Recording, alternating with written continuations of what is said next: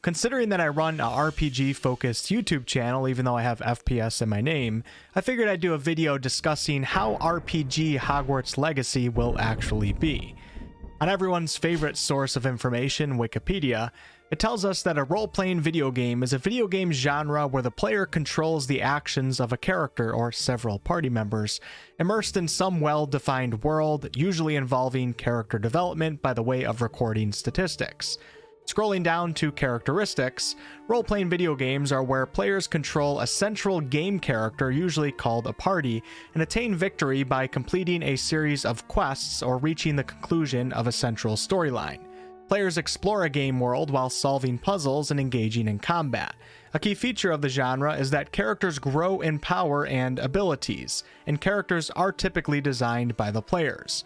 RPGs rarely challenge a player's physical coordination or reaction time, with the exception of action RPGs. Now, the definition of RPG is going to change from source to source and player to player, and there may be some games that you consider as RPGs while others don't quite think that they are. Trust me, I trigger a lot of people when I do my upcoming RPG list videos. There's no denying, though, that the term RPG for video games has become a bit more lenient, should I say, or vague as the years go on, but there still seems to be a few multifaceted key boxes that a game should check to be allowed into the RPG cult. Here's my 2 boxes. Number 1. A RPG should have a focus on characters and their progression.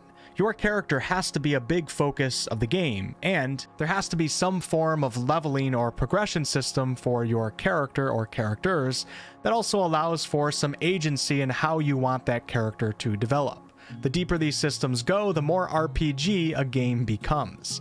If a game doesn't have a leveling or progression system, or it's extremely shallow, it's hard to call it a RPG. Number 2. A RPG should have a full narrative that your character falls within, and like with character progression, there should also be some agency in how you handle the game's overall narrative or plot, or just the overall way you play the game. There should be some agency. This doesn't mean that a game has to have multiple endings. I'm more so implying that a RPG shouldn't force you at all times to be on a narrow linear path that leads to the conclusion of the game. Otherwise, we're more so in the action-adventure genre. On the opposite end of that spectrum, if a game has basically no narrative with a big open world, then we're more so in the sandbox genre. RPGs should have a strong central narrative, but not force players into it at all times. Having side quests and other activities is one way to achieve this. Taking a look at Hogwarts Legacy, even though there's still much that we don't know, in terms of having a focus on characters, well, we know that our character is entrenched within a really important narrative. We're arriving at Hogwarts as 5th-year students with a unique ability to sense and manipulate ancient magic. Our character is a vital aspect of the game. We've also been introduced to a few companions, Nat Sinai, Poppy Sweeting, and Sebastian Sallow, and perhaps Amit Thakar, but we don't know if he's an actual companion. These companions will have their own stories and backstories that we can explore alongside our own. Our character and the ones that are closest to us are seemingly heavily focused on in Hogwarts Legacy. In the gameplay reveal trailer, it even says, "You may be the one to decide the fate of the entire wizarding world." Now, in terms of character progression, we know for a fact that there is a leveling system. As you can see in this screenshot of the field guide, this particular player is currently level 2. We also know that we will be getting, and I put this in quotation marks, a deep set of upgrades, talents, and skills to aid our progression as a wizard. We even got a glimpse of the Talents tab in our field guide back in the gameplay reveal, where we can see a few of the upgrade categories. Room of Requirement talents improve our abilities in the Room of Requirement. The Stealth category will give us talents that improve our ability to sneak around. In the Core Talent category are talents that improve our overall effectiveness. Then we can see these other 2 talent upgrade paths, but we don't officially know what they are, but I'd say they look a little more on the magic spell focus side of things. So we'll be leveling up our abilities by choosing talents to upgrade our spells, plants, and power, and we'll be deciding which talents best fit our playstyles to allow us to focus on our favorite types of magic. So we have clear paths of character progression in this game, alongside some agency in how our characters develop. One player may be more stealth, dark arts, damage focused, while another player may focus more on using magical items to aid them. Now, how deep these aspects of the game will actually take us, we of course don't know, but you'll notice that there appears to be 50 total talents if you add the totals from each category, and at level 12 this character seems to have earned and invested 15 points. So we can check that first box, and I'd say we can put a big old check over the focus on characters part, and a normal check over character progression, as I'm not really expecting anything too crazy deep with character progression in this game, but it's clearly there. Moving on to box number 2, which is a RPG having a focus on a narrative, but also giving the player some agency outside of that narrative. Well, Hogwarts Legacy clearly has a strong focus on narrative. Have a listen to Alan 2, Hogwarts Legacy's game director. Everything is very narrative based, and so there's a big mystery going on in the world. There's something happening in the narrative, and we essentially see it as kind of like chapters in that narrative, each chapter of which has a set of missions that you can choose between as you're progressing through the game. A heavy focus on narrative, but with sets of missions that you can choose between as you progress. So this is great news for RPG lovers, because it does actually appear that there will be different paths we can take for the actual main narrative. All of these paths seem to be within the overall central plot, of course, and we're not even talking about side quests yet. Different interactions with different characters can also offer different choice points for the player, and then some of those things can affect things game-wide. Some of these affect characters' lives, the ending of the game. That clip right there seems to hint that the game will actually have different endings depending on the choices that we make, but he didn't really elaborate too well on it, so I don't want to get too excited just yet. So how far and how deep Hogwarts Legacy takes this aspect will either move it up or down on the how RPG are you scale.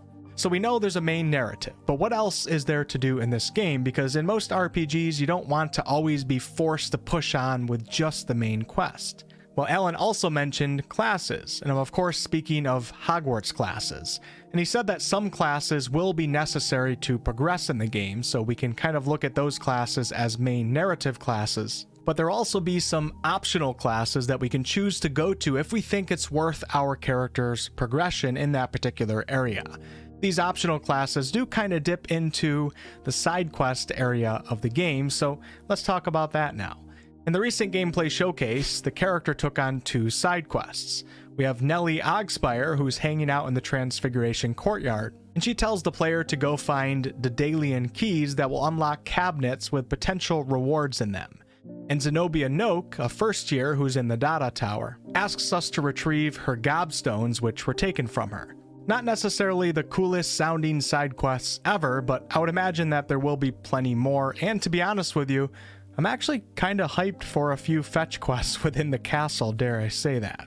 There's a few other things that I should mention that we can get involved in outside of the game's main narrative. One is the game being open world. I'm sure some areas will be blocked at certain times, but overall it seems like we can go wherever we want, and I would imagine that this would give us some more side quest opportunities. Now, exploration on its own can also be a big part of a RPG.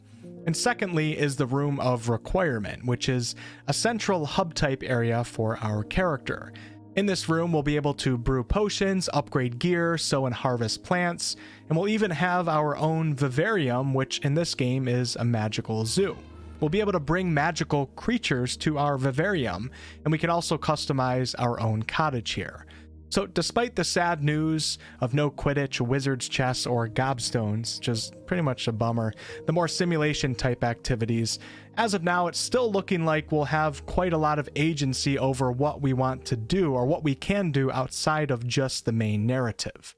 So yeah, Hogwarts Legacy is checking both of the really important boxes that I've created that need to be checked for me to feel like a game is an RPG. If we go back to the Wikipedia definition, you can see that Hogwarts Legacy actually does satisfy much of this definition as well, where players control the actions of a character immersed in some well-defined world, and that's the wizarding world.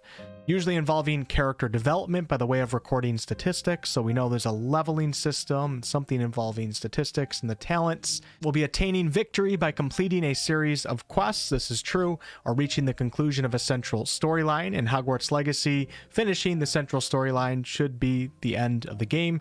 Players explore a game world while solving puzzles. We know for a fact that there's going to be plenty of puzzles in this game, and engaging in combat. And we got to see a combat demonstration recently. It's going to be a big part of the game. It also says a key feature of the game is that characters grow in power and abilities. We already talked about that. And characters are typically designed by the players. Typically is the key word here, because there are some games like The Witcher, which are very much RPG games, where you don't actually design the character at the start of the game. Geralt is a pre-made character, but Hogwarts Legacy is going to have a character creator, which is nice, and it kind of adds to that a little bit, adds to the RPG value of the game. So Hogwarts Legacy is clearly a RPG, but how much of a RPG will it be? That's the real question. I think the answer to that question for a game usually comes down to how deep the game's RPG mechanics actually are.